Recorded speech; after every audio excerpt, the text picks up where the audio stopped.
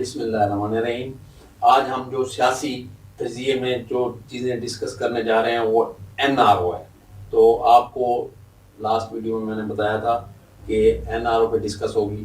تو first N R O جو دیا تھا، اگر ہمارے دیکھنے میں جو ہے، جو ہم نے پڑھا ہے جب ہم کالج میں ہوتے تھے، تو وہ اس دور میں جو ہے ضیاء الحق صاحب نے ایک این آر او دیا تھا۔ وہ این آر او دیا تھا انہوں نے نواز شریف فیملی کو، نیشنلائز جو ان کی ہو گئی تھی، ساری ان کی ملیں، پراپرٹیز اور اس طرح کے اور بھی کافی خاندان تھے، ان کی بھی ہوئی تھی۔ تو وہ پہلا این آر او تھا جو ضیاء الحق نے ان کو دیا، اور ان کی ساری چیزیں ان کو واپس کر دی اور ان کو سپورٹ کیا، اور یہ پولیٹکس میں آئے اور ان کو مجلس شورا میں وزیر خزانہ لیا میاں نواز شریف صاحب کو۔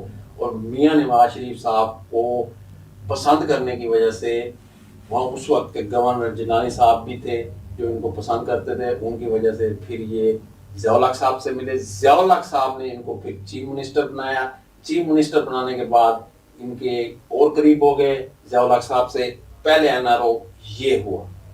اب ضیاء الحق صاحب کے وقت اس وقت بھی ان کے خلاف تحریک عدم اعتماد آ رہی تھی نواز شریف صاحب، لیکن پھر ضیاء الحق صاحب نے ایک اور این آر او دیا، اور جو تحریک عدم اعتماد وزیر اعلیٰ نواز شریف کے خلاف آ رہی تھی اس کو روک دیا، اور اس طرح یہ 1985 سے لے کے 1988 تک وزیر اعلیٰ رہی ہے۔ دوسرا این آر او کب کس نے دیا؟ دوسرا این آر او مشرف نے دیا۔ مشرف نے کب دیا؟ مشرف نے اس وقت دیا جب ان کے مقدمات سارے اس وقت کے صدر نے، رفیق تارڑ نے ختم کر دیے، اور سی ای او تھے مشرف صاحب، انہوں نے ان کو جو ہے این آر او دیا، اور وہ اس طرح دیا کہ ان کے سارے مقدمات کی سمری بھیجی گئی پریزیڈنٹ کو، انہوں نے مقدمات ختم دی گئے۔ ان کے ایگزیکٹو آرڈر کی وجہ سے مشرف صاحب کے یہ باہر گئے، اپنے معاملات طے کر کے گئے، اور ان کے جو بھی معاملات تھے چیزیں ضبط ہو گئیں، جو چیزیں تھیں عدالت کے ہوا۔ یہ دوسرا مشرف کا این آر او جو میاں نواز شریف صاحب کو ملا، دوسرا N R O Mian Nawaz Sharif صاحب کو ملا، پہلا ان کے والد صاحب شریف صاحب کو ملا تھا۔ تیسرا جو این آر او مشرف نے دیا وہ دیا پیپلز پارٹی کو۔ وہ بھی فیض یاب ہوئے، انہوں نے کہا ہمیں بھی این آر او دو، میاں صاحبان پہ تو آپ بڑے مہربان ہیں، ہمیں بھی این آر او ملنا چاہیے۔ مشرف صاحب کافی کمزور ہو گئے تھے وکلت تحریک کی وجہ سے، اس وجہ سے انہوں نے پیپلز پارٹی کو این آر او دیا، اور اس کے بینیفیشری، اس کا فائدہ مسلم لیگ نے بھی اٹھایا، اور مسلم لیگ نون کے میاں نواز شریف صاحب واپس آئے، اور ان کے جو ضمانتی تھے، گارنٹر تھے، انہوں نے کہا جی نہیں اب جو ہے نا ہم ان کو نہیں روک سکتے، یہ بھی واپس آئیں گے۔ اور اسی سلسلے میں یہ تیسرا این آر او تھا جس کا پیپلز پارٹی کو تو جانی نقصان ہوا، محترمہ بے نظیر بھٹو کو شہید کر دیا گیا، لیکن مسلم لیگ نون نے پنجاب میں گورنمنٹ بنائی، پیپلز پارٹی نے مرکز میں گورنمنٹ بنائی، اور اس طرح انہوں نے اقتدار کو انجوائے کیا۔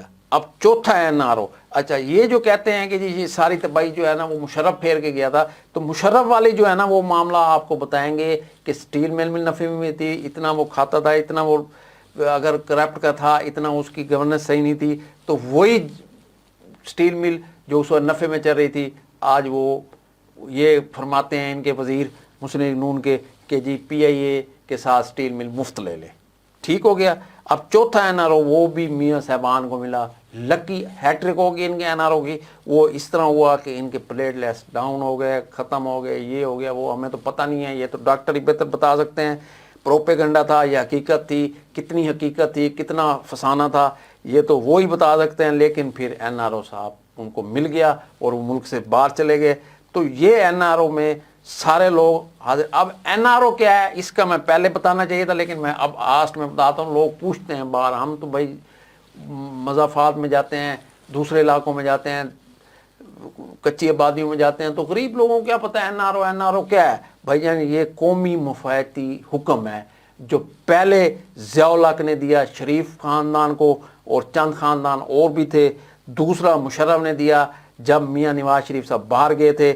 تیسرا پھر مشرف نے دیا جب پیپلز پارٹی اور نواز شریف صاحب واپس آئے تھے، اور چوتھا عمران خان نے دیا جب میاں صاحب واپس گئے تھے۔ اب جو یہ کہا جا رہا ہے کہ جی یہ سارا کچھ جو کیا دھرا ہے وہ پیپلز پارٹی کا ہے، یہ سارے قرضے پیپلز پارٹی، جن کو 30 ماہ ہوئے ہیں وہ بھی اتنے قصوروار ہیں، اور جن کے 30 سال 40 سال اقتدار میں رہے ہیں وہ بھی اتنے قصوروار ہیں۔ اسی وجہ سے عوام ان کی بات نہیں مانتی اور ان کی بات نہیں سنتی۔ اگر یہ طریقے سے بات کر رہے ہیں پہلے آئیں، مانیں کہ ہم سے غلطیاں ہوئی ہیں، ہم نے یہ غلط کیا، یہ صحیح کیا، یہ صحیح کیا، یہ غلط کیا، تو پھر اس سے بات آگے چلے گی۔ یہ نیکسٹ ولاگ میں پھر میں آپ کو ایل ایف او کے بارے میں بتاؤں گا کہ ایل ایف او کے بینیفیشری، اس سے کس نے فائدہ اٹھایا اور وہ کون تھے، اور وہ کون سے مولانا صاحب تھے، وہی مولانا صاحب جو آج کل خبروں میں ہیں، اور اس کے علاوہ آپ کو براڈ شیٹ کا بھی بتائیں گے نیکسٹ ولاگ میں۔